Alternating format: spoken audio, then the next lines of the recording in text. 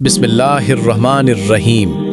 अस्सलामु अलैकुम वरहमतुल्लाहि वबरकातुहू। आप देख रहे हैं सफ़र नूर ऑफिशियल, जिसका मकसद है वो कहानियाँ सुनाना जो दिल को रोशन कर दें, ईमान को जगा दें और ज़िंदगी का रुख बदल दें। चलिए आज के इस नूर भरे सफ़र का आगाज़ करते हैं।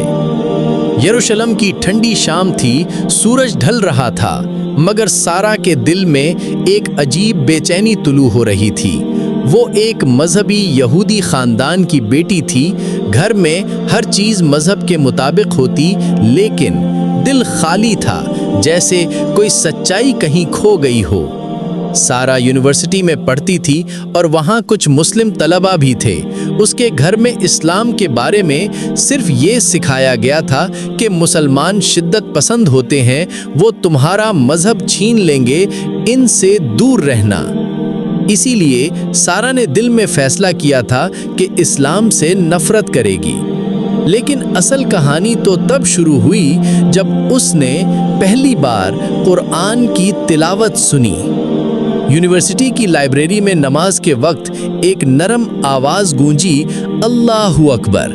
फिर कुरान की तिलावत, अलम नशरा लका सदरक। सारा के कदम खुद ब खुद रुक गए, दिल जैसे किसी ने छू लिया हो। वो हैरान हुई कि हाउ की है, ये कैसे मुमकिन है?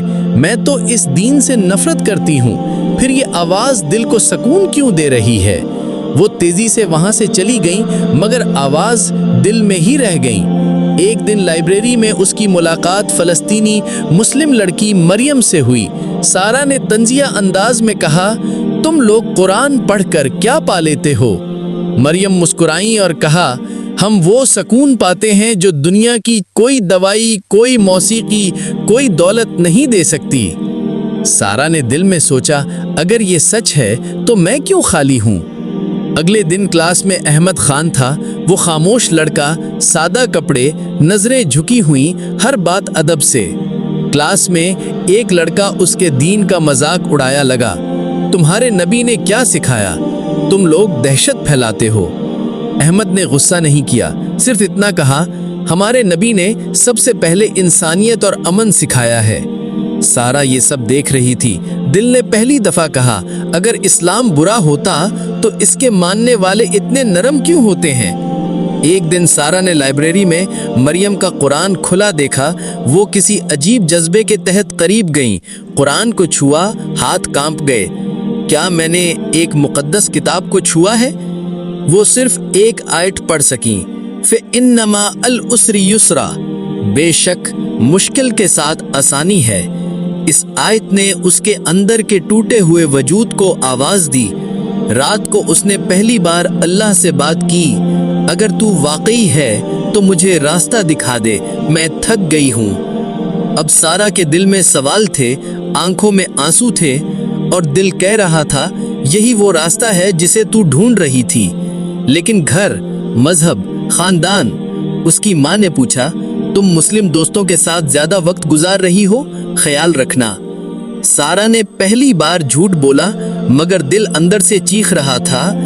एक रात वो बहुत रोई, हाथ उठाए, आंखों में आंसू, दिल में फरियाद, ए खालिक़े कायनात, अगर तू वाकई मोहम्मद सल्लल्लाहु अलैहि वसल्लम का रब है, अगर ये कुरान तेरा कलाम है, तो मेरे दिल पर हक उतार दे, मैं तेरे सामने हार मानती हूँ।